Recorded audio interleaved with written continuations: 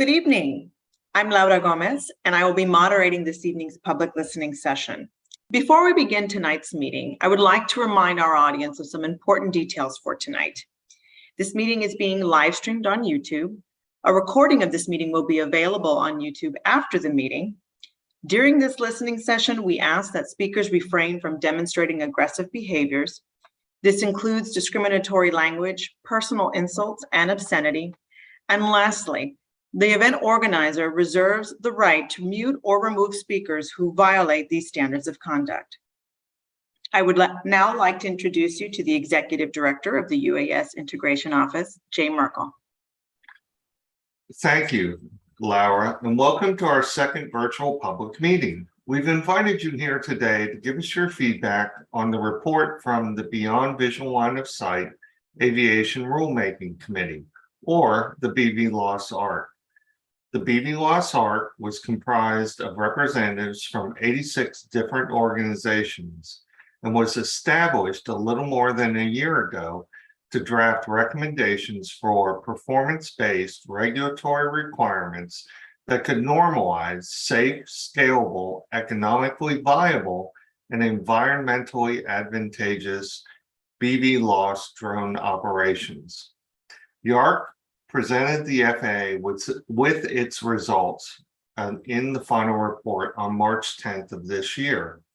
This report represents a committee perspective on what they believe will provide benefits to underserved areas and opening doors to aviation that were previously closed, such as for people with disabilities. Introduce a clean energy transportation solution to fight climate change and enhancing social justice. We seek to provide significant economic, environmental, and equity benefits to the public who find themselves held back due to bureaucratic hurdles and struggle to fit into the current regulatory framework that never contemplated drones. This reflects a perspective on what the committee feels will be necessary beyond FAA regulations to ensure that the Bvlos ecosystem for Beyond Visual Line of Sight moves forward effectively. While this perspective is not in the FAA's purview, today is important that we hear from all of you here today on what you feel will be necessary and crucial as the FAA considers next steps in the path to Bvlos regulations. Diversity, equity, inclusion, and accessibility are important principles to the FAA. So it's important to me to make sure that we capture perspectives and viewpoints from all stakeholders. Now that you've had time to review the recommendations in the Bvlos Arc report, I'm looking forward to hearing your feedback today. And since this event is being live streamed, your engagement is also helpful to the FAA to continue building awareness about drone technology. Now I'm going to turn things back over to Laura so that we can get this show started. Over to you, Laura. Thank you, Jay. Before we begin tonight's listening session, I would like to go over a few details about the comments received and how they will be documented and recorded. First, we will document all oral and written comments as part of the official record. That record will be transmitted back to the agency as a result from today's listening session. Comments made on the YouTube platform or other social media platforms will not be considered official comments and will not be captured for the record. Those who are in the audience and viewing are invited to provide written comments by emailing the following email address, and we will put this in the chat as I read it aloud, to 9-FAA-UAS-BVLOS@FAA.gov. The FAA will continue to accept written comments until August 2nd of 2022. Comments must be submitted to this email to be considered as official record. A few details about tonight's listening session. This is not a question-answer format where the agency engages in a discussion or answers general or technical questions directly. In this listening session, we will hear from those who responded to our call for today's meeting and chose to share their perspective publicly on record regarding the UAS Arc Bvlos report. This is not a question-answer format where the agency engages in discussion, but the agency's role today is to simply listen, and we respect the opportunity to hear what commenters have to say. To reiterate for those who are in the audience, you have until August 2nd of 2022 to submit comments. How we will handle comments tonight. I will call on commenters to speak based on the order of the requests that were received. I will read the names of the commenters in a small group at a time. Commenters' cameras will remain off during this session. When you hear your name called, please use the raise hand function on your Zoom to let us know that you are ready to provide comment. Once I call your name a second time, you will be able to unmute and make your comment. All commenters, please remember that you have 5 minutes to make your comment, and then we will call the next name on the list. I will now open the session for comments from the public. The first 3 names are as follows: James Grimsley, Charles Werner, and Jake Bouchard. Please raise your hands on the functions here on Zoom. James Grimsley, please unmute and make your comment. Thank you for allowing me to speak today about the historic and exciting work underway within the Choctaw Nation of Oklahoma to help safely advance drone technology into our national airspace system, as well as our involvement as a participant on the Bvlos Arc. In addition to serving as the Executive Director of Advanced Technology Initiatives for the Choctaw Nation, I also serve on the Board of Directors of the Commercial Drone Alliance. The Bvlos Arc report documented well that the benefits of drone technology to rural and underserved communities are significant. Indeed, the efforts of our own team have clearly demonstrated some of the quantifiable benefits to our communities in using drone technology. Public safety and agriculture are particularly impactful applications for us. We are also finding that drones can reduce the risk of injury to workers, improve productivity, and assist first responders. In 2018, the Choctaw Nation made history by becoming the first and only tribal government lead participant to be selected by the U.S. Department of Transportation to participate in the Drone Integration Pilot Program, or IPP, as well as the first tribal government to be recognized by the FAA as a public aircraft operator. In late 2020, the Choctaw Nation was invited to continue our collaboration with the FAA as part of the Beyond program, which is focused on advancing beyond visual line of sight drone operations as well as cargo delivery by drones.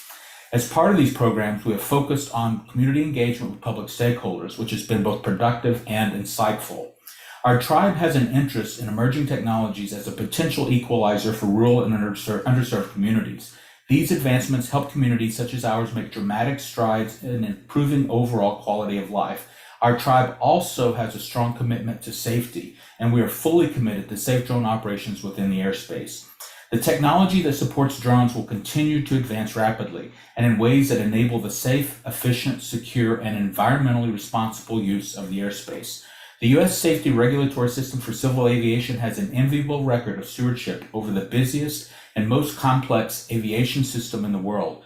But in order to sustain this vibrancy, our regulatory system needs to evolve to enable and support emerging technologies and new entrants into the airspace. Although we have made progress in the IPP and Beyond programs in understanding how our regulatory system needs to evolve to integrate drones, our policies lag behind the pace of technological advances. This hinders the industry unnecessarily.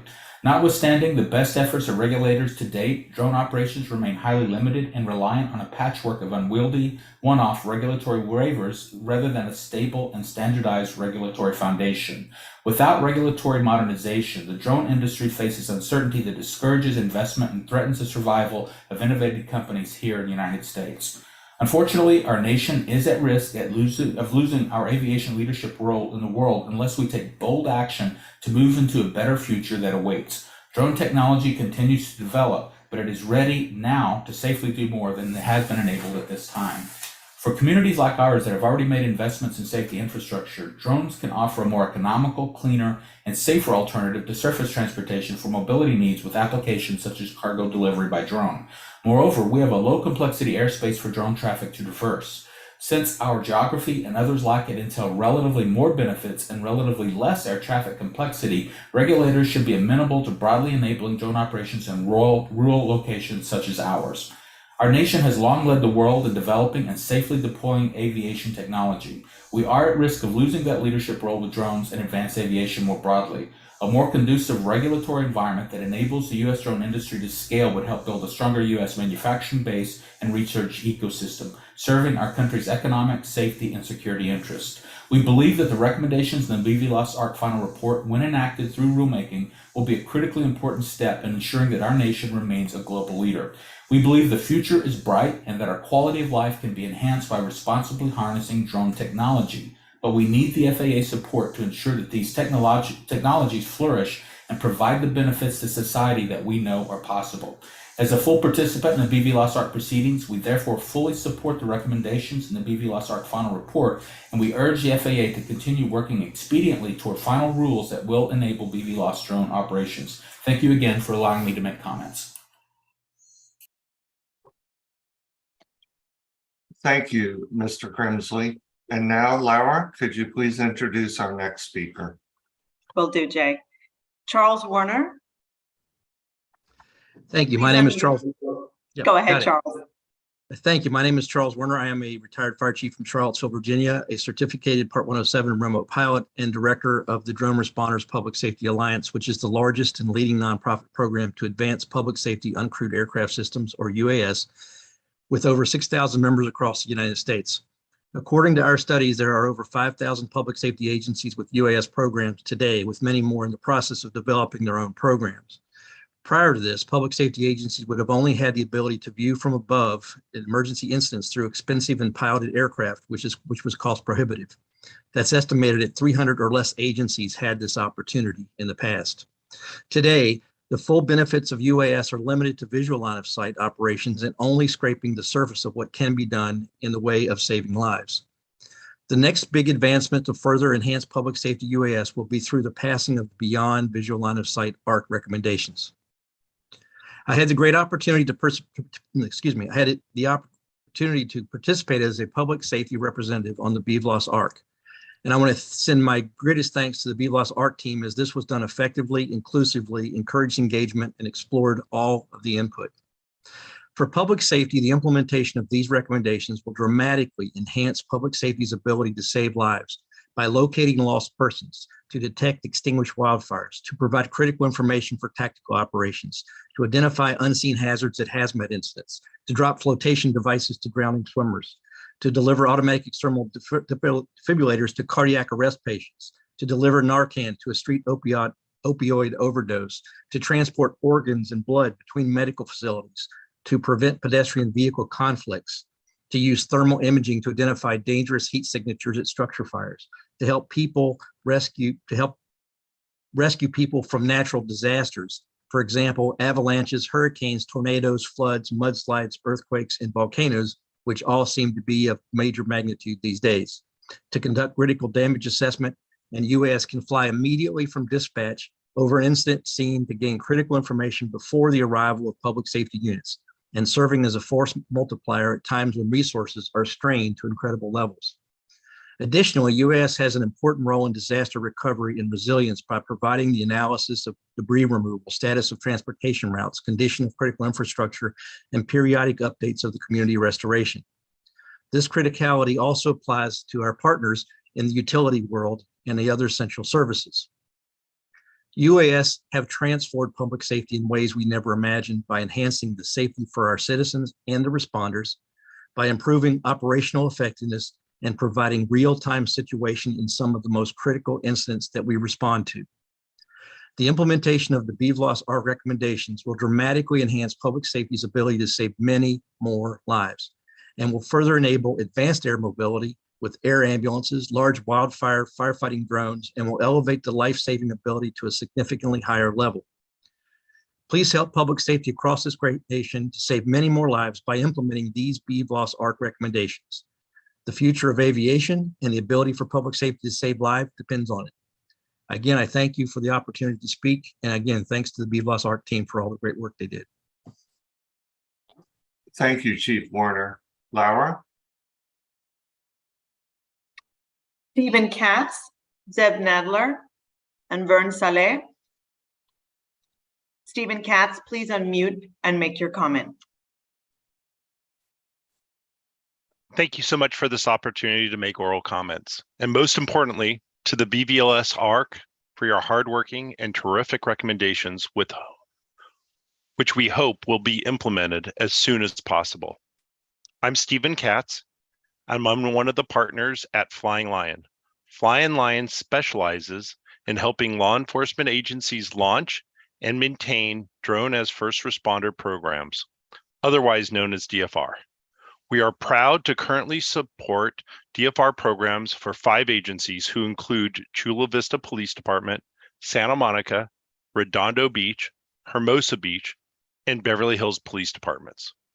Besides Chula Vista, none of these other agencies are currently flying BVLOS, and this limits their coverage area and ability to save lives. And each of these agencies have had successful flights that have saved lives. Since April 2020 and through the end of last month, June 30th, our RPIC team members have spent over 32,000 hours, that's over 3.5 years, on rooftops and have logged over 15,000 DFR flights. 7,900 of those flights being BVLOS flights in Chula Vista. Is with this deep BVLOS operational experience that we'd like to make 3 points and recommendations. First, we urge the FAA to move quickly to implement the Bvlos Arc recommendations with the addition of some special criteria for public safety. We support this committee's recommendation to conduct transient flights over people during BVLOS flights.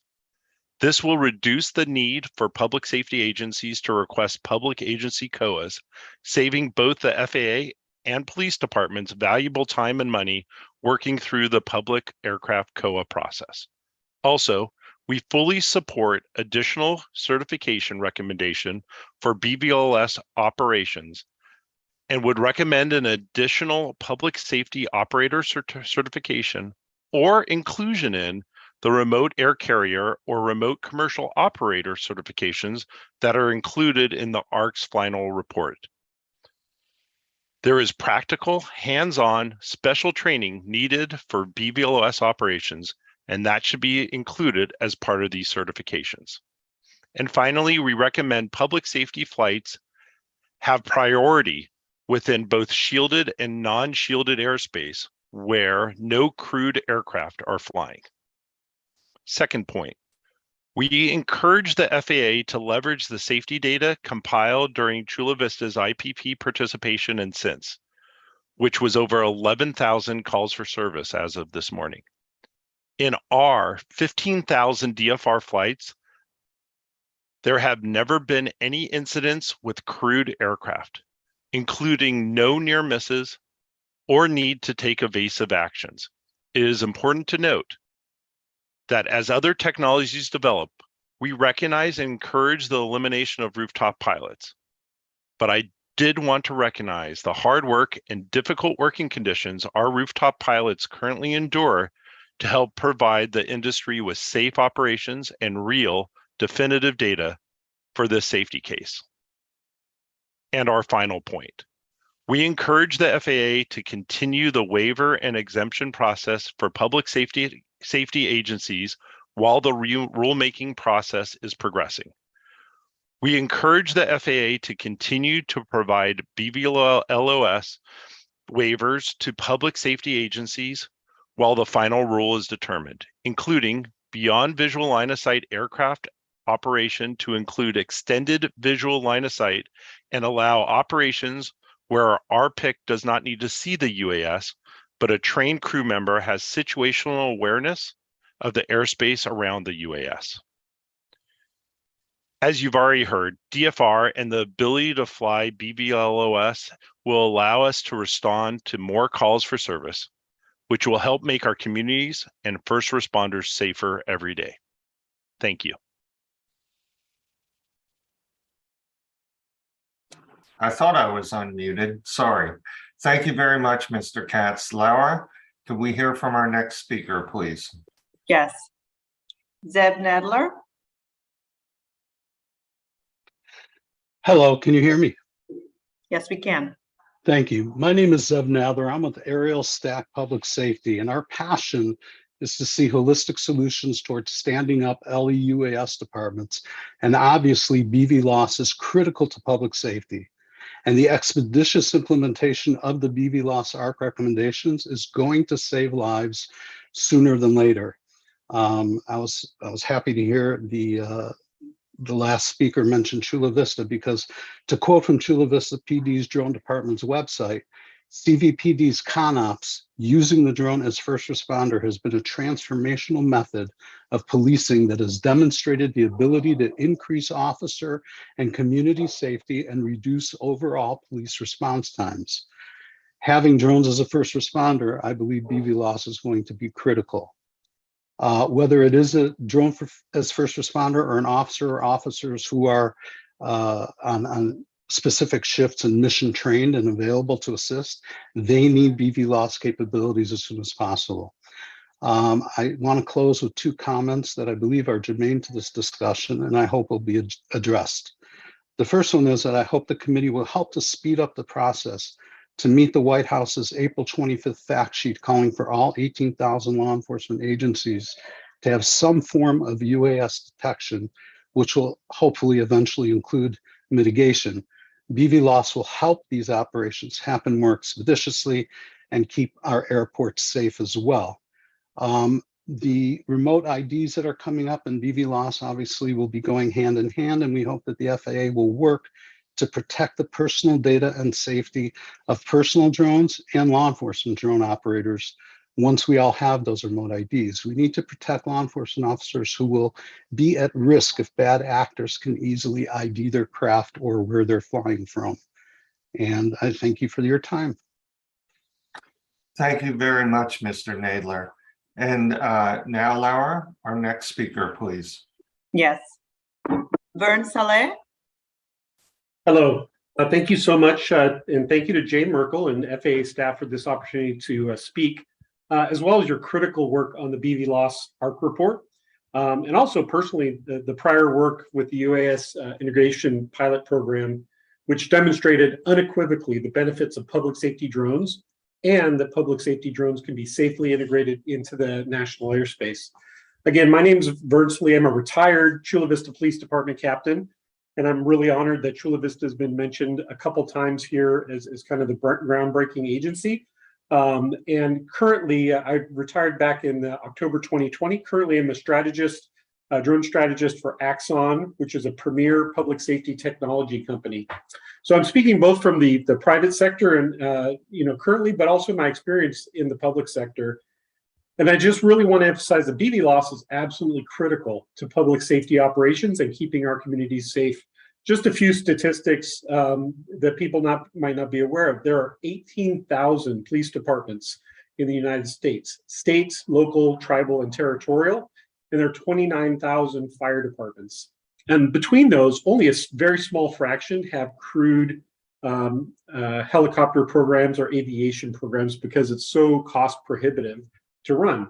However, the benefits from crewed aviation over many, many decades in public safety have been proven time and time again. And as Chief Charles Werner mentioned, currently there are over 5,000 public safety agencies that have established drone programs. So drone programs are here to stay in public safety, and they are critical for the safety of our community. Our program at Axon alone supports over 1,500 pilots, and we are growing rapidly. So the interest in public safety is massive.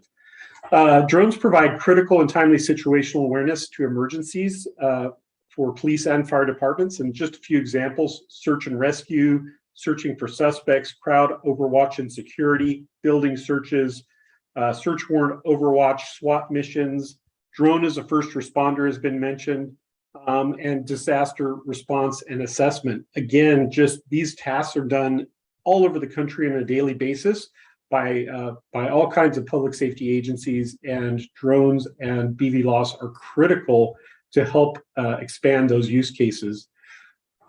We were honored to be selected at Chula Vista in May 2018 to be part of the FAA's UAS integration pilot program. And we started in October 2018 with a 1 mile radius launch site. And thanks to the effort of the FAA and the team on the IPP, by March 2019, we were granted a COA for a waiver for 3 nautical miles from our one launch site. That dramatically improved our operations, allowed us to reach many, many more calls. And by the time we expanded to 2 launch sites and now finally 4 launch sites, that 3 nautical miles allows Chula Vista to serve a 52 square mile community with 4 launch sites, giving almost 100% coverage of the 52 square mile city. What that means in real terms is that Chula Vista routinely arrives within 3 minutes of calls anywhere within the city. We've flown over 11,645 missions as of today and assisted with 1,359 arrests. Absolutely unequivocal data to show that drones save lives, and Bvlos has helped with that. And as Stephen Katz mentioned earlier, Chula Vista is blessed to have this waiver, but other agencies aren't. And by the stats I cited earlier, you can see massive interest and massive benefits to Bvlos are just waiting to be used by those agencies nationwide. I also just want to note, now that I'm more in the private sector, there's dozens of companies and hundreds of agencies that are building these public safety, robust safety programs. And we always put flight safety first. And our first step when we refer our customers is to the FAA's website, to your public safety support team, which is absolutely amazing, because we put flight safety first. We make sure that we follow the regulatory structure, because we understand the importance of integrating safely into the national airspace. We're working diligently to build hardware and software, both at Axon and with partner companies and competitors, to make the airspace safer. We understand our role. We understand the drones are new to the airspace, and that it's critical. Am I losing time? Mr. Saleh, unfortunately, yes. Thank you. Appreciate the time. Thank you for your comment. And if you have more that you'd like to say, please make sure that you send it to our inbox so that we can receive it. Thank you. Yes, Thank and you. Laura, in the interest of time, if you could just please introduce the next speaker. Absolutely. Our next set of speakers, Don Redman, Iliev Cohen, Don Birchoff. Don Redman, please unmute and make your comment.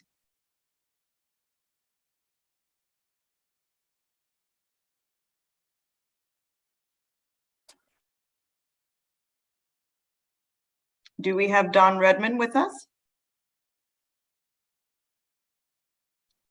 Let's go to Mr. Cohen, and we'll see if we Sorry, can. I'm here. There we go. Thank you. Yeah, sorry, I couldn't find my mute button. So, good evening. I am Don Redman, retired captain from the Chula Vista Police Department, and currently VP of Advanced Public Safety Projects for Brink Drones. Brink builds technology in the service of public safety, providing real-time intelligence to first responders for informed decision-making. We appreciate the opportunity to speak with you today and provide our view in this very important public meeting. Brink strongly supports the Beyond Visual Line of Sight ARC final report. Brink encourages the FAA to immediately move forward with the Bvlos recommendations, allowing public safety to use the enormous benefits of UAS operations in this enhanced capability. I have firsthand knowledge of the benefits of UAS Bvlos operations in public safety. For 3 years, I managed the Chula Vista Police Department's Drone as a First Responder program, commonly referred to as DFR. I followed in Vern Salih's footsteps. utilizing a 3-mile BVLOS waiver. The program started as part of the FAA's integration pilot program. DFR is touted by the FAA as one of the successful programs from the IPP. Since October 2018, the Chula Vista Police Department's DFR program has responded to over 11,000 emergencies, providing actionable intelligence to first responders. This 3-mile BVLOS waiver provides Chula Vista the ability to respond to emergencies within minutes of a call for help, utilizing 4 launch locations covering almost 52 square miles. Without the BVLOS waiver, many more launch locations would have been required, increasing the costs and precluding the full realization of benefits to the community. Approximately 25% of the time when the drone is launched in DFR, police agencies do not need to send ground units to the emergency. The drone is a force multiplier while providing real-time intelligence. The beyond visual line of sight component is the main reason for the success of the program. And yet, after almost 4 years since the beginning of the IPP and DFR program, few agencies have been granted this waiver despite the demonstrated safety and success of the program. Additionally, and not only showing how public safety has been utilizing BVLOS and DFR programs, police agencies are also using tactical BVLOS waivers to keep first responders safe during critical incidents. These waivers allow police officers to deploy a drone under certain circumstances safely from a place of cover while the drone flies out of sight. Without the waiver, police officers would have to place themselves in the open to watch the drone, thereby putting themselves in a potentially dangerous situation of being harmed. We thank the FAA for recognizing that BVLOS waivers are not just important for inspections and deliveries, but also in protecting lives. Public safety, police, fire, and EMS are made up of professionals in the business of keeping people safe, and this commitment does not mean only on the ground. Public safety has shown BVLOS UAS operations exist in the same airspace as manned aircraft, and Brink encourages the FAA to adopt the Beyond Visual Line of Sight ARC recommendations. Thank you. Thank you for your comments, Mr. Richmond. Laura, our next speaker, please. Elia Cohen. Hi, I'm the chief pilot and owner of Seattle Ballooning, and I fly hot air balloon tours and operations in Seattle and carry up to 48 passengers per day. So I flew a hot air balloon actually this morning at sunrise, and part of our operation this morning was having a GPS unit in our basket. We flew at 500 feet in a helicopter, then flew towards us and maneuvered to avoid hitting the balloon. The data is being used by a large drone delivery organization who's part of this rulemaking committee. The idea is that with this data, an unmanned drone can easily avoid any aircraft regardless of having ADS-B. So the question is, why would a company spend tens of millions of dollars to make sure that precisely operated drones could avoid low-flying aircraft like balloons? Well, if there was a mid-air collision with a hot air balloon, the pilot and passengers would be maimed or killed. Now, hot air balloons are gentle giants, right? They're non-powered and slow to maneuver. If a drone slams into my balloon and someone loses their package, it's a slight inconvenience. We're carrying lives. The rule change is setting up mothers, fathers, children, young couples getting engaged, and folks celebrating their anniversary to be killed by a drone hitting the balloon they're flying in. As far as balloons are concerned, the most important part of the rulemaking committee's final report is UA having right of way, which states the ARC proposes to amend 91-113 to require crewed aircraft that are not equipped with ADS-B or tabs operating below 500 feet and away from structures to yield right of way to UA conducting low altitude BVLOS operations. The unmanned aircraft would be required to detect and only avoid those crewed aircraft that are broadcasting ADS-B or tabs. Unequipped crewed aircraft would be required to yield to the right of way to UA traffic. So to clarify, the ARC is not recommending a mandated equipment requirement for crewed aircraft. Rather, it is recommending that equipped aircraft have right of way over non-equipped aircraft, regardless of which aircraft is crewed. Increasing equipment rates among a greater number of crewed aircraft would yield a safety benefit for all users of the national airspace system, regardless of any UA interactions. This presents all sorts of problems for balloons taking off, landing, and conducting other operations. For example, operating greater than 500 feet away from obstructions in sparsely populated areas in non-shielded airspace. Now, first of all, there's no present way for a US type certified balloon to be equipped with ADS-B. So the proposed rule change to 91.113 would require balloons to see and avoid unmanned aircraft operated BVLOS. How can a balloon pilot possibly reliably see a drone operating? You can't.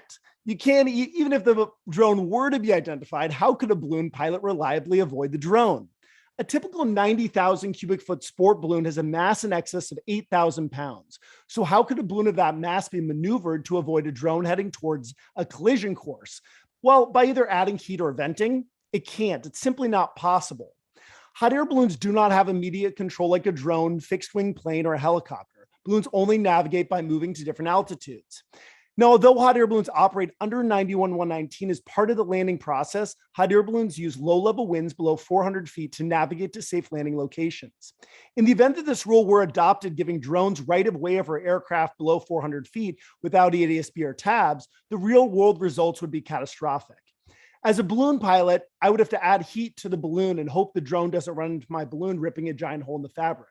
This is assuming I could even see the drone moving towards me at speeds of up to 75 miles per hour based on even the direction I'm facing. Adding heat into the balloon does not cause immediate lift. It can take almost 10 seconds for a balloon to react. By trying to avoid the drone adding heat, the balloon would likely move into a different wind pattern, and trying to vent the balloon during a landing process could cause us to hit a tree, a power line, or obstacle.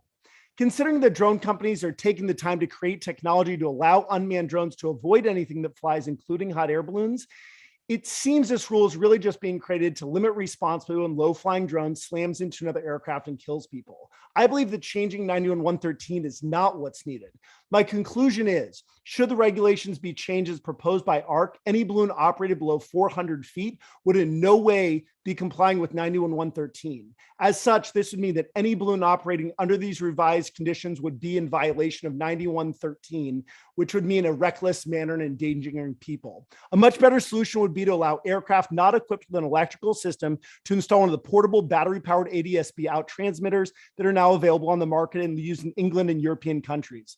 This will allow drones to see and avoid balloons. However, drone operators still would be required to equip their unmanned aircraft with hardware and software to detect and avoid non-ADS-B equipped aircraft. Thank you. Okay, thank you very much, Mr. Cohen. Laura, our next speaker, please. Don Berchoff. Thank you for the opportunity to provide comments today. I am Donald H. Berchoff, the founder and CEO of True Weather Solutions, and have been fully engaged in the UAS ecosystem development over the past 4 years. I am the technical lead for the ASTM F-38 Weather Supplemental Service Provider Specification Groups. The group has a well-balanced mix of operators, weather companies, government personnel, and academia. The comments today are made to compensate for the lack of professional aviation weather expertise on the ARC. I hope to provide some key insights for future consideration. These key comments are given with the interests of the FAA, communities, operators, businesses, and investors in mind, who seek to scale and fly beyond visual line of sight safely and profitably. The main takeaway: better weather data and services will prevent unnecessary groundings caused today by weather uncertainty and provide better scheduling and drone fleet management. It will generate more flight time per airframe when weather is marginal and improve weather risk assessments, improving decisions and safety rates.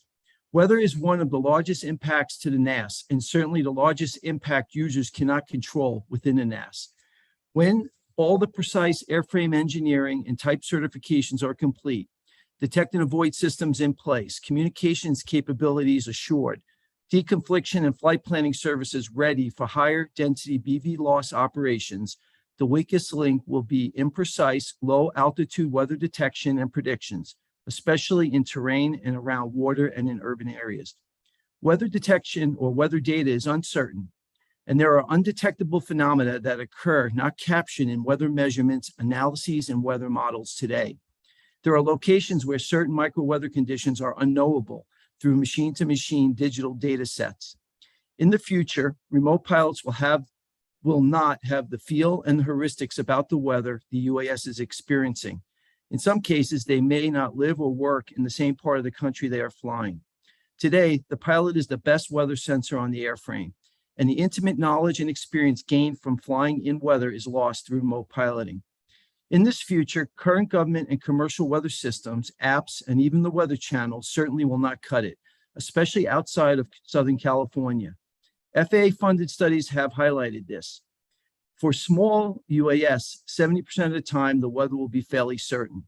30% of the time, it will be uncertain. In the foreseeable future, it will remain difficult to detect weather phenomena that impact smaller UAS running on battery power. What we characterize as difficult to detect weather includes low-level winds, low visibility, icing, wind shear, low cloud heights, and precipitation not detectable on radar. To replicate the loss of the pilot, weather measurements are required, especially above the ground. This is because even though we direct Part 107 pilots to use the nearest METAR without any scientific merit, the fact is, once outside a weather instrumented aerodrome, there is no real data about winds at 200 feet above ground level, or winds near buildings, or what the cloud heights are, or whether there are patches of freezing fog or drizzle or even icing in clouds. Weather satellites and weather radar cannot solve these issues alone. There is available technology and science to address the weather measurement gap today. It is possible to improve the situation with rule changes, but we as an industry, we have to acknowledge this is important enough to generate the local, state, and private investments required to raise the quality of weather services to serve the highly precise future UAS ecosystem. Fortunately, despite headwinds, a group of experts have managed to make progress in the ASTM F-38 group. Here is what we identified as areas for FAA future consideration. Weather should be recognized as a third-party service provider. Today, obtaining a weather brief is a requirement to fly. How can a requirement be filled with a supplemental service? Implement performance-based standards for weather information. This is why the ASTM group was established, and we need to follow through on this. I've been very encouraged in the FAA's support for this and the development of processes to qualify third-party weather providers. Expand weather considerations when deconflicting and spacing of UAS vertically for phenomena such as thermals, updrafts, and downdrafts. Ensure drone type certification designates operating limitations regarding weather. Improve risk assessments that consider the availability and accuracy of real surface weather data or data above ground level. Implement weather standard scenarios or predefined risk assessments. Advocate for cost-effective next-generation weather sensing infrastructure. Institute more professional and comprehensive remote piloting for microweather flight ops training, and place greater emphasis on weather information, cybersecurity, chain of custody, and reliability. Thank you for the opportunity to comment.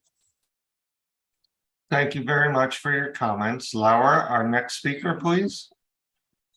Our next two speakers, Jeff Snyder, Tombo Jones. Jeff Snyder, please unmute and make your comment. My name is Jeffrey Snyder. I've been flying balloons for 21 years and I've earned my living by operating a balloon tour business in Vermont since 2003. This is my full-time career. A few basic facts about balloons is that balloons only fly in VFR conditions. Balloons have no electrical system or power plant. Balloons cannot have ADS-B devices installed legally. And we are therefore exempt from the ADS-B out requirement. Furthermore, there is no legally approved method by the FAA for us to install an ADS-B out device. Under the proposed rule change that we're here to comment on, the responsibility to avoid mid-air collisions between balloons and drones or unmanned aircraft systems would place the burden solely on the balloon pilot to yield the right of way. Under the current FARs, under Part 91-113, a balloon has the right of way over any other category of aircraft. So this change would not only be drastic, but also unprecedented and would compromise the safety of our passengers, people on the ground, and the aircraft. I strongly disagree with the proposed rule change for several reasons, two of which I will focus on in these comments. One, the capability or lack thereof for a pilot to detect the drone, and two, simple physics. From a balloon, the only methods I will have to locate and detect these unmanned aircraft is by hearing them or by sight. I'm not sure the decibel level these machines produced. And to be able to hear it, it would be over the intermittent roar of the burners we used to fly the balloon, radio communication with air traffic control, passengers who are talking to themselves and asking me questions during the flight, communication with the ground crew, and over my own voice as I brief passengers on what to expect during landing and what I need them to do to ensure their safety during landing. The other method of detection for me would be via sight.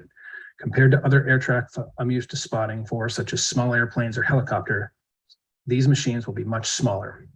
I don't believe it's practical to expect a pilot to not only be able to see these drones at low level flight, but then also avoid them when their speed and maneuverability is much greater than a balloon's. In general, a balloon pilot faces the direction of travel during takeoff and landing, which are the most critical phases of flight, and when upwards of 90% of all incidents and accidents occur in balloons. So at best, from a horizontal orientation, a balloon pilot would have 180 to 270 degree field of vision, meaning entirely 1 to 2 quadrants of their horizontal field of vision are not visible to them, not to mention the blind spots vertically created from the basket and the obvious blind spot above the pilot's head. The physical parameters for a pilot to see a small, fast-moving aircraft during the most critical phases of flight are less than ideal. But also, the pilot at that time is scanning for power lines, hidden or otherwise, obstacles, calculating and modifying the approach angle and glide slope based on changing winds, ensuring passengers are in the landing position, going over a landing checklist, as well as flying the aircraft. So let's say that a pilot is able to locate the UAS or drone, which could be traveling at speeds of 15 to 50 knots. I might be traveling 10 knots while coming into my intended landing field, which I've spent the majority of the flight navigating to get to. I would now have to abort a landing I'd likely spend a good deal of the flight working towards. Additionally, the response time from me to the controls and to the aircraft actually physically moving is going to be significant, which brings me to my second main reason and why I disagree with the proposed rule change, which is simple physics. On my last flight, my gross takeoff weight was 4,620 pounds, well over 2 tons. This, of course, does not include the air mass that's inside the balloon. I fly a balloon with a volume of 300,000 cubic feet, and a cubic foot of air was 1.23 ounces. This means 23,070 pounds is the air mass inside of the envelope, or 11.5 tons of air inside. I now have an aircraft traveling at 5 to 10 knots with a moving mass of almost 14 tons or 28,000 pounds. I think that most physicists would agree that it's significantly easier and more efficient for an aircraft such as a drone weighing approximately 50 pounds, designed to be agile, maneuverable, and with multiple propulsion systems, to change its course rather than to have me, a 14-ton mass of metal, wicker, fabric, and fire, be responsible for changing its course. So in closing, I would like to state the unmanned aerial systems or drones should be required to see and avoid balloons and any other aircraft that is less maneuverable, slower, and with the same availability for detection and surveillance systems. I'm sure we will all benefit from drone delivery services in the future. I believe this industry needs to be required to design a product which it can see and avoid other aircraft. They have the resources, knowledge, and financial backing to do so. Okay, thank you very much, Mr. Snyder. Laura, our next speaker, please. Our next speaker, Tombo Jones. Hello, my name is Tombo Jones, and I'm the director of the Virginia Tech Mid-Atlantic Aviation Partnership, also known as MAP. We're an FAA-designated uncrewed aircraft systems test site and a Beyond program participant. Our mission is to conduct research that enables the safe integration of UAS into the national airspace. As it is relevant to the matter at hand, I'd also like to share that personally, I'm both a helicopter and an airplane pilot and have 26 years experience in operating traditional crewed aircraft. We at MAP are proud to have served on the Beyond Visual Line of Sight Aviation Rulemaking Committee and are pleased to have this opportunity to comment on the committee's report. We're grateful to the FAA for its work in establishing a broad committee of stakeholders to develop these recommendations. The ability to conduct Bvlos operations at scale is essential for realizing the huge potential benefits of an integrated airspace. These include economic advantages for businesses and communities, social benefits, including improved access to goods and services, environmental benefits, and perhaps most importantly to us, a higher level of safety for operators and the public. I'll begin by emphasizing that MAP supports the recommendations made by the ARC. The FAA assembled a diverse committee encompassing both uncrewed and crewed industry representatives, and our perception was that all contributors' perspectives were thoughtfully considered. The U.S. airspace is one of the busiest in the world, and it also has an exceptional safety record made possible by the FAA's rigorous regulatory framework, which has been built around the capabilities and requirements of traditional crewed aircraft. It's our position that when evaluating how to adapt this infrastructure to accommodate the distinct and often complementary capabilities of UAS, a holistic concept of airspace safety will ultimately benefit all sectors of aviation. MAP's mission is to enable safe integration of uncrewed aircraft, but we aren't doing that work in a vacuum. Safe airspace integration means safety for all airspace users. And we're constantly considering crewed aviators in everything from technology testing to standards development to community outreach. This is also a deeply personal priority for our team. Most members of our engineering and operations staff also are private airplane or helicopter pilots. So it is for both personal and professional reasons that we take our agreement with the ARC's recommendations seriously. These recommendations, if ultimately integrated into a future Bvlos rule, can make our airspace safer for both crewed and uncrewed systems. The recommendations that have attracted the most controversy address the right-of-way rule. At first glance, the proposed changes reverse a traditional hierarchy that placed UAS at the bottom. We'd argue that, in fact, they uphold the broader principle of maximizing airspace safety. Technology evolution introduces new ways to ensure safety that reshuffle the most effective prioritization. That's really what we're seeing here. The first case concerns operations in shielded areas defined as within 100 foot of an obstacle or critical infrastructure. We've demonstrated through our own research that UAS can operate in these shielded areas in a manner that, relative to crewed aircraft, introduces less injury risk to personnel on the ground, less risk to the structure, and most importantly, eliminates the significant risk that collision with the structure presents to the pilot of the crewed aircraft. Prioritizing UAS operations in these areas achieves a significant net gain in safety. These operations do not meaningfully replace crewed aircraft operations. They simply create new ways to maximize the utility and safety of the airspace. The second component of the recommendation that is somewhat controversial addresses UAS operating under 500 feet and the equipage of crewed aircraft with position broadcasting systems. Our testing has shown that ADS-B is the best technology available to facilitate maintaining safe clearances between UAS and crewed aircraft. It has demonstrated the greatest ability to comply with ASTM, DAA, well-clear, and NMAC standards. And the recommendation that non-equipped crewed operators equip or assume a collision risk reduces the risk of mid-air collisions between all aircraft, not just between uncrewed and crewed aircraft. Asking operators to leverage proven technologies to reduce accidents is not only reasonable, it's really our responsibility as aviators. We thank the FAA for creating mechanisms that elevate voices from across the aviation community, and we're honored to have been able to participate in a process that advances rulemaking built on a foundation of safety. Thank you. Thank you, Mr. Jones. Laura, our next speaker, please. Our next speakers are Pat Cannon, Anna Strumpel, and Michelle Traverso. Pat Cannon, please unmute and proceed with your comment.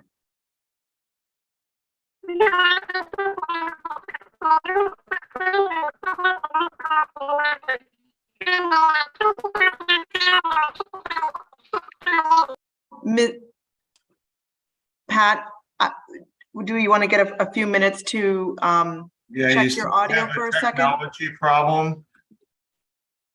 You're coming across very broken. Let's try and return to Pat later, Laura. Sure. Pat, we'll call you at the end, okay? Anna Strumpel, please proceed with your comment. Thank you very much for the chance to comment on the ARC report as well. I'm Anna and I'm with Paladin Drones. We were founded in 2018 and currently we're doing 150 flights a week beyond visual line of sight.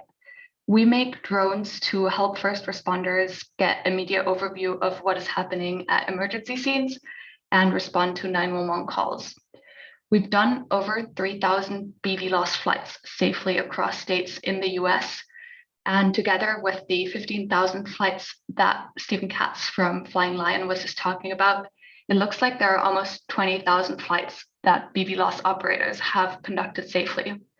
So we think that we should be seeing changes in regulations and risk assessments in line with what the ARC report is suggesting. 20,000 flights done safely beyond visual line of sight goes far beyond proving that the concept works. We are part of the tightly knit DFR community, drones as first responders, and we need Bvlos for it. Bvlos extends the range as opposed to when we have visual observers who have to see exactly where the drone goes, and we cannot save as many lives. Our drones are used as resources by fire and police departments to respond to things such as active shooter incidents, thefts, burglaries, or car crashes. Our drone is on site within 60 to 90 seconds and provides instant video feed. Paladin has special mitigations, and we were glad to see in the report that there is an appetite for looking at different ways of mitigating the risks of Bvlos. Paladin, for example, uses geofencing to fence off obstacles and tall buildings. Before we go into any city to deploy drones, we send our engineers who make sure that it's physically impossible for drones to fly into obstacles. Additionally, we use LTE as a mitigation, which works better than radio-based communications as it extends the range at which the drones can fly safer. We want to be part of mitigating risks of beyond visual line of sight flying using innovative solutions, such as ground-based systems and cameras. We've seen that using visual observers for police and fire departments is a huge drain of resources for them. Also, when they have to use multiple and they're trying to use multiple drones to cover an entire city and see what's happening. We also want to comment and say that we agree with the ARC report's recommendations on speeding up the process. At times, it's taken us many months to get Bvlos waivers, and sometimes we've heard from other people that it has taken more than a year to get them. The speed that it's been taking has been preventing innovative solutions from entering the market after years of R&D. We also think, in line with what Stephen Katz just said, that as the ARC recommendations are being implemented, it's very important to help DFR drones to still get Bvlos waivers faster.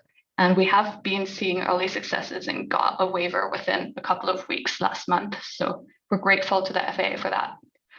To sum this up, we asked the FAA to use the existing data from thousands of safe DFR flights and make Bvlos easier and faster for first responders who need it to save lives. We're very grateful for all the work that the Bvlos Arc team has done, and thankful to our friends at the FAA who have helped us to navigate the Bvlos process over the past months. Thank you. Thank you very much for your comments. And Laura, can we go to our next speaker, please? Yes, we're going to, as a courtesy, go back to Pat Cannon. Pat Cannon, are you ready to proceed with comment? Yes, thank you. I hope you can hear me now, Laura. Perfect. All right, perfect. My name is Pat Cannon, and I have about 55 years of experience in general aviation, flying helicopters, airplanes, and lighter-than-air aircraft. About 22,000 hours, and I am the current president of the Balloon Federation of America. The Balloon Federation of America is a member of the National Aeronautics Association, as an organization formed more than 40 years ago to represent lighter-than-air pilots, owners, and enthusiasts in the growth and safety of the many aspects of lighter-than-air flight. The Federation represents all lighter-than-air activities from sport, competition, commercial rides, corporate advertising, and training for more than 5,000 balloonists in the U.S. that are carrying well in excess of 600,000 passengers every year. Approximately 500,000 of those are paying passengers that expect safety to be their first priority. The BFA supports the integration of UAVs into the National Airspace System and appreciates the work being done by the ARC in support of that effort. However, that support and the acceptance of this new technology into the airspace should not be accompanied by an attempt to change the longstanding rule regarding the right-of-way of lighter-than-air aircraft. We wish to align ourselves with previous comments made by other aviation organizations such as AOPA, EAA, and HAI in opposition to this rule. Integrating UAVs into the current NAS structure using this rule change flies in the face of long-established safety procedures and precedent. I'd also like to start by saying it's unthinkable that an association such as the BFA would be completely unaware of this ARC until the final report was issued. The lighter-than-air community is one of the most vulnerable forms of aviation to collision with the UAV, and our exclusion from involvement in this ARC was unfortunate. Balloons are defenseless against any other form of powered aviation, including UAVs. Our pilots, owners, and passengers will be put in harm's way every time a takeoff or landing is attempted anywhere near the operational areas of the UAVs. Lighter-than-air aircraft, in compliance with 91-119, commonly operate in sparsely populated areas below 500 feet, placing us right in the middle of your intended operational altitudes. Your final report assesses that the airspace below 400 feet AGL is not populated with many aviation activities, thus giving UAVs the right of way should not decrease safety. This assessment is far from the truth, and aviation activities below 400 feet have been seriously underestimated by your committees.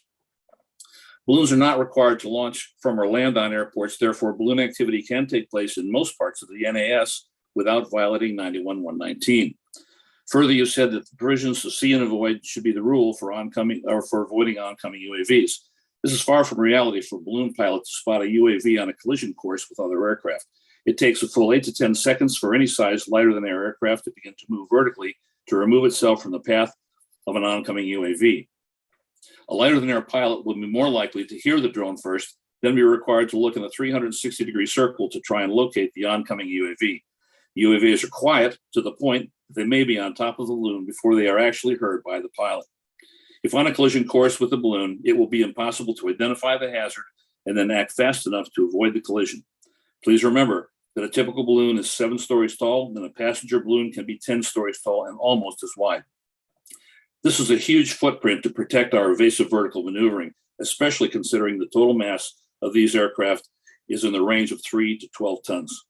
91-225 makes no provision for any aircraft, including lighter than air product, not certified with an electrical system to be equipped with ADS-B or TABs. So equipage is out of the question at this time. That technology exists only in the experimental phase of testing, is not practical for full-time operation, and far exceeds the financial expectations for this type of aircraft. It should be incumbent on the UAV industry to provide the capabilities for these UAVs to sense and or see objects in their path and to avoid them autonomously. The cost would be minimal to such operators as Amazon, Walmart, or any other operator that has a stake in this ARC. The cost of causing a fatal accident while operating these UAVs in the blind will far exceed the cost to research and equip UAVs with this technology prior to start of service. As a ballooning community, we are willing to work with the FAA and with the UAV industry to find ways to compatibly exist within the NAS system. Changing a time-tested rule of right-of-way is not the answer to the problem of integration of this new technology into the NAS. The BFA stands ready to work with the UAV industry to retain the safe operation of both lighter than air aircraft and UAVs in the airspace we all currently occupy. Thank you very much, Laura.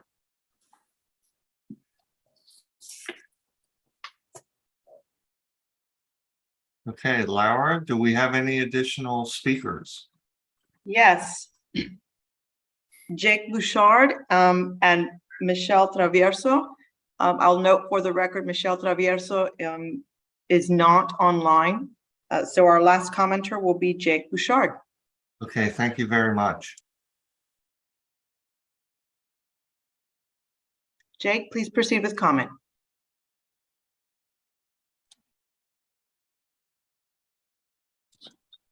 How are you all doing? My name is Jake Bouchard. I'm a deputy with the Oakland County Sheriff's Office. I'm also representing MCSA, the Major County Sheriffs of America. It is the collection of the largest sheriff's offices in the nation. Oakland County is a county population of 1.2 million. The Sheriff's Office has about 1,500 employees and an annual operating budget of about $170 million. Currently, we're sitting at about 100 pilots, and we operate around 20 unmanned aircraft. So by no stretch of the word are we a small organization, or are we a small outfit operating drones in an ad hoc, haphazard way. I manage our program, and I have since March of this year. Before that, I was in charge of our DFR program, or Drones as First Responders, which obviously is a very large topic point, especially in the Bvlos Arc community. And the thing that I really want to stress in this meeting is the separation of law enforcement from other aircraft and drone operators, especially when it comes to Bvlos. I've heard a lot of very interesting comments, especially from the ballooning community. I've heard a lot of very interesting comments, especially when it relates to uncooperative aircraft that don't have ADS-B transmitters. And a lot of their comments are based solely around economic impacts. And I think the one thing that we are all taking for granted, especially when it relates to the law enforcement community, is the unique nature of our job and the unique nature of our tasking. It is by no stretch of the imagination an unfair thing to say that every time we deploy a drone and every time we go out and do our daily activities, that there is life and death on the line.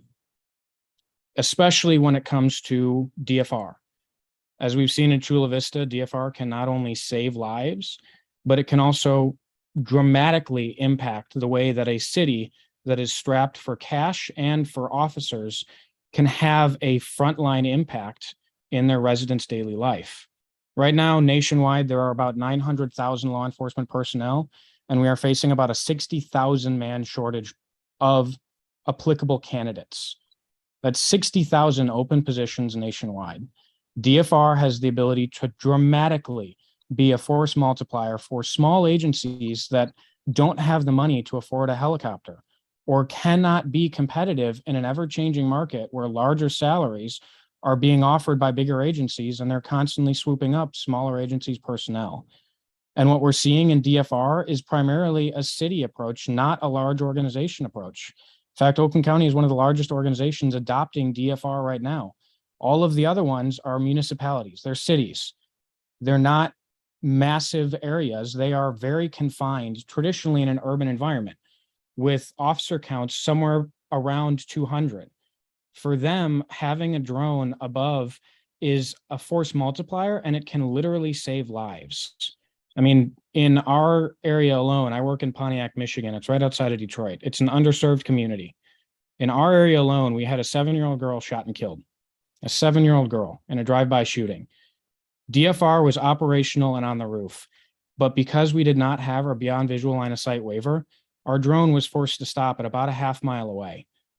The drone could actually see the suspect vehicle fleeing the scene, and our guys were not able to exceed the limit imposed on them by a federal regulation. So I have to ask the very difficult question, what is the worth of integrating drones into the national airspace?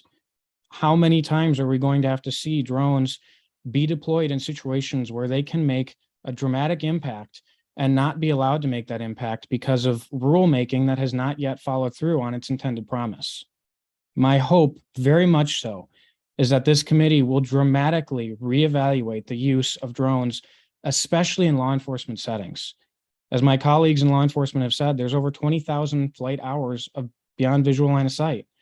There's over 7,000 flights in Chula Vista alone. Now that we have more agencies, the data will come through very quickly that drones do not interfere with crewed operations in urban or suburban areas where DFR can make a massive impact on policing. I would stress with every bone in my body that the FAA take very seriously the recommendations of the ARC community, especially when it comes to law enforcement exemptions. I truly can't speak to the wider economic impacts of drones, especially when it comes to package delivery, but I can say one thing very clearly, that in law enforcement, drones save lives. Drones have saved lives and drones will save lives. And everything that we can do to allow other agencies to employ these aircraft in ways that are meaningful, I think will dramatically impact our daily lives.